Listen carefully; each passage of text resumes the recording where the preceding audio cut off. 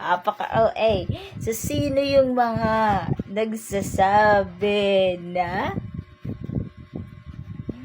puro A, B, C, D lang daw yung pagiging ESL teacher? Oh my goodness! Which is hindi ko matanggap. Charot. Sabi nila, A, B, C, D lang daw yung alam ng mga ESL teacher. Pero paano nyo nasabi na A, B, C, D lang talaga? Sis, tignan nyo. Basahin nyo yung topic ko ngayon. So, isa ko estudyante. It is autumn in Moscow right now, and you will learn to talk about the season is Moscow and Manila. Okay, the capital of Russia, the Philippines, the North. Ngayon yung sabihin ABCD lang yan. Let's check kayo, Talagang pinapahayad nyo ako, Comment kayo na ABCD lang talaga. Hindi nyo alam yung mga hirap naming ESL teacher. Charot. So, ESL teacher is not about the A, B, C, D, E, F, G, H, hindi po doon lang yung tinuturo namin. Yes, English secondary language po kami, which is yun yung meaning ESL lang. Yun yung meaning ng ESL. But, we communicate through English, the secondary language po natin. So, kahit ano man yung subject na gusto ng bata na ituturo sa kanila or gustong nilang matutunan, syempre, yung company ni 512, tinitest din yung mga student para makita and makater kung ano yung mga kailangan nila or yung tinatawag natin na student need.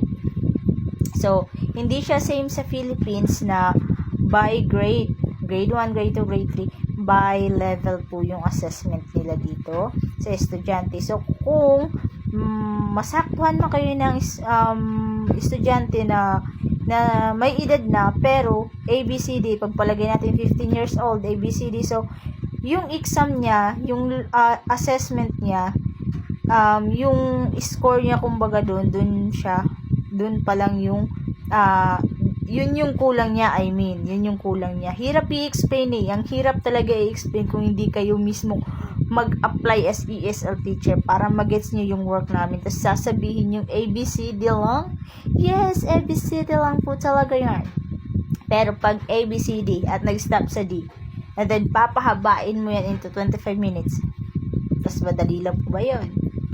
Okay, so not all po ABCD. More on kids kami, pero may mga teenager din po or adult na talagang hindi pa ganun kagaling sa ABCD na sinasabi niyo. Talaga ako naiinis Charot lang. So, depende yan. Meron kaming natuturoan na matanda na, 30 plus, 40 plus. Kasi nga, hindi lang din ABCD yung tinuturo namin. Sinasabi ko sa inyo paulit-ulit. May iba na gusto malaman how to communicate. Like this one, photo, mga seasons, about sa mga capital. And, kung i-check nyo yung latest video ko, nakapag-teach ako ngayon ng student na gusto niya ay physics. Diba? Hindi po talaga madali maging ESL teacher. Tapos, sasabihin nyo yung mga negative kasi wala kayo sa aming posisyon. Ako talaga ginagalit ninyo, So, kung mag-drop man kayo ng mga negative comments dyan when we doing live, isipin yung mabuti muna. Yes, ESL lang nyo lang pero ang hirap talaga, nilalang lang nyo pero di kayo nakapasok. So, isa ito sa mga example ito. Isa ito sa example na hindi ABCD lang yung tinuturo ng mga ESL teacher. Gets?